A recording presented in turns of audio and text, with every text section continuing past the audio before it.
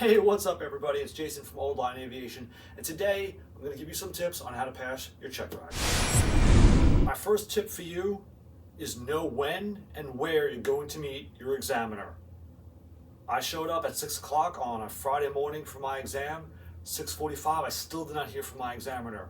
About 5 minutes later, he sends me a text asking where I was. I was in our flight school office. Turns out he was in the next building. He had gotten there at 6 a.m. and he was in the FBO. So be sure you know when and where you're going to meet. The next section has to do with studying.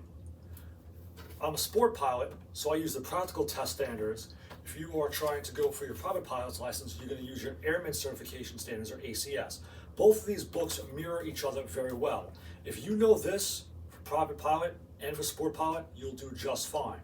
What I did was I looked to each section when it comes to knowledge, risk management, and what I did was I cited each section in my FAR-AIM and then typed it out. In doing so, it helps you study. And when I did that, I came up with a nice little binder to help me study before the test. The other nice thing about having this ready was that when your examiner asks you a question, if you don't know the answer, you probably have it right here. Something else to think about is tabbing your logbook. I have each event in here, whether it's my cross-country solo, dual cross-country, and other things of that nature. I also have all my individual endorsements here. So when the examiner asks you where everything is, it's easy to find and you won't get tripped up. I hope that tip helps. My next tip is to come in and be organized. I walked in with a plastic tub full of all of my study materials. One of those was my FAR-AIM. I purchased a regular FAR-AIM and tabbed it out myself. Those tabs can be purchased from Lively Aviation. They also have them pre-tabbed, but it costs a little bit more. By doing it yourself, it forces you to study. Always good to have, and have that with you in case you don't know something. As I showed you in a previous section, your own study guide. Have that with you. One thing else I also brought with me was the operating handbook from my plane. So this was also tabbed out, and the O is also your operating limitations and the owner's manual. Have that with you in case you need to look something up. The last part about being organized was I came up with my own Checkride binder. In that, I had a copy of my 8710, a little flight plan that I had set up, along with my knowledge report. I also typed up the codes and the answers in case my flight examiner needed that, as well as, and I went overboard, I printed out satellite photos of all the places I would fly on the check ride. I realized that you're actually not going to do it, you're going to divert at some point, but it shows the examiner you're prepared, and at the same time, you're looking out for your passengers because he is, or she is, your first passenger. Passenger comfort is important. If you give them something to look at, they get their mind off of flying. Again, all part of the preparedness. I hope that part helps. The next part about your exam, it's okay to say you don't know. As I said in the previous section, I overstudied, but I passed. Only 6 times in my entire exam did I say I did not know the answer to something. 2 of those I truly did not know the answer. 4 times I was able to look it up. That goes a very long way with the examiner. It's okay to not know. Don't dive into a hole that you can't get out of. One of the things I did to prepare was go on YouTube. I went to many videos, just like the one I'm making now. Some were good, some were bad. Some of them actually have mock check rides. You could use the ones for private pilot, you could use the ones for sport pilot. Let the examiner ask the question, pause the video, and see how you would answer. However, keep something in mind.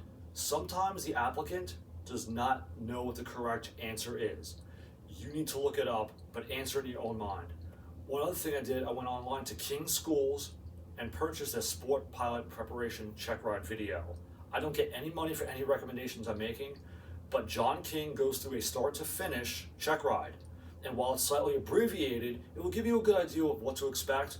Again, pause the video, answer your questions. John King will give the correct answer, and after seeing that, I felt a lot better. You can also go on to Gold Seal Live. I'll leave a link in the description below. And some of those mock check rides are excellent. But again, keep in mind, some of the answers the applicant gives will be wrong. Even things I'm telling you right now, go over it with your CFI, but I hope some of this will help you. This has to do with the flying portion. Ask questions of the examiner if you are not sure in their instructions. For example, I asked my examiner, if I'm in the middle of a maneuver and I see a flock of birds and I have to stop it for safety reasons, does that count against me? The answer is no, it doesn't. My examiner told me if something like that would happen, let him know. Because once you complete the maneuver and it wasn't successful, at that point the examiner has to tell you you're disapproved. That's only when the maneuver is complete. I didn't know that. That's why I asked questions. Always get clarification. It will help you in the long run. The next tip I have for you is to vocalize everything you're doing in the aircraft. Tell the examiner you're going to do that. When you're too high or you're too low, say, "Ooh, I'm a little high, let me fix that. My bank angle's too steep, let me shallow it out a little bit." You don't want them to have to guess what you're about to do as you're completing the maneuver. You can bust some tolerances a little bit. If you're a little high, maybe 50 feet off, say, "Oh, a little high, I'm going to fix that." And if you do, that's not a big issue. The examiners don't want you going out of tolerance consistently. It will help them and help you as you talk yourself through it. The other thing, if you can afford to buy a flight simulator with a VR headset, go ahead and do it. There was a point I had 5 weeks of no flying time due to weather, illness, and the like. I had zero issues getting back in the aircraft. I also used it to help on my cross country, my dual cross country, and my check ride. I probably simulated my check ride and my cross countries probably about 20 to 30 times and had every permutation you could think of with different runway configurations. By the time I get to my cross country solo, I was much more comfortable. I hope those 2 tips help. My next tip is if you have the opportunity, try to meet your examiner prior to the day of your test. I was fortunate my examiner was giving a check ride to another applicant on one of the days I was flying with my instructor.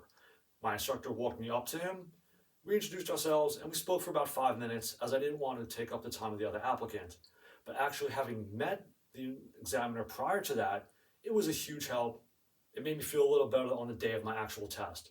If you can't meet the examiner ahead of time, try to email them, call them, talk on the phone, whatever, just to get an idea of what they're like. That should be a huge help rather than walking in blind. Knowing your rules and regulations is very important. It's also very important to know your ACS and your PTS. One of the reasons it's important to know the practical test standards or your airman certification standards is for what's coming. You know what to expect, you know what to practice. And on that note, after we finished the ground portion, my examiner told me what to expect up in the air. We did our flying brief. One of the things he told me we'd be doing was an emergency descent. I know for a fact that's not on there. I brought that to his attention, and after he looked through both his PTS and my PTS, he said, "Yes, you're right, I cannot test you on that, it's not in there." Please know what to expect. It will help you in the long run. One of the things my flight school does is have all new pilots write a summary of their check ride experience. That gave me great insight as to what to expect. If this is not possible, ask your instructor if they can introduce you to some of the newer pilots that just graduated and get some of their insights of what to expect. Once you have that, hopefully they'll put your mind at ease. Alright folks, I hope this video helped a little bit. I also want you to know I am not a certified flight instructor, so if there's anything I said that you're unsure about, please get some clarification from your CFI. Also, any of the links that I put in the description below are just that to help you. I do not get any monetization. I do not get any sponsorship from them. I'm just culling some things from the internet to help you become a better, safer pilot and a successful pilot.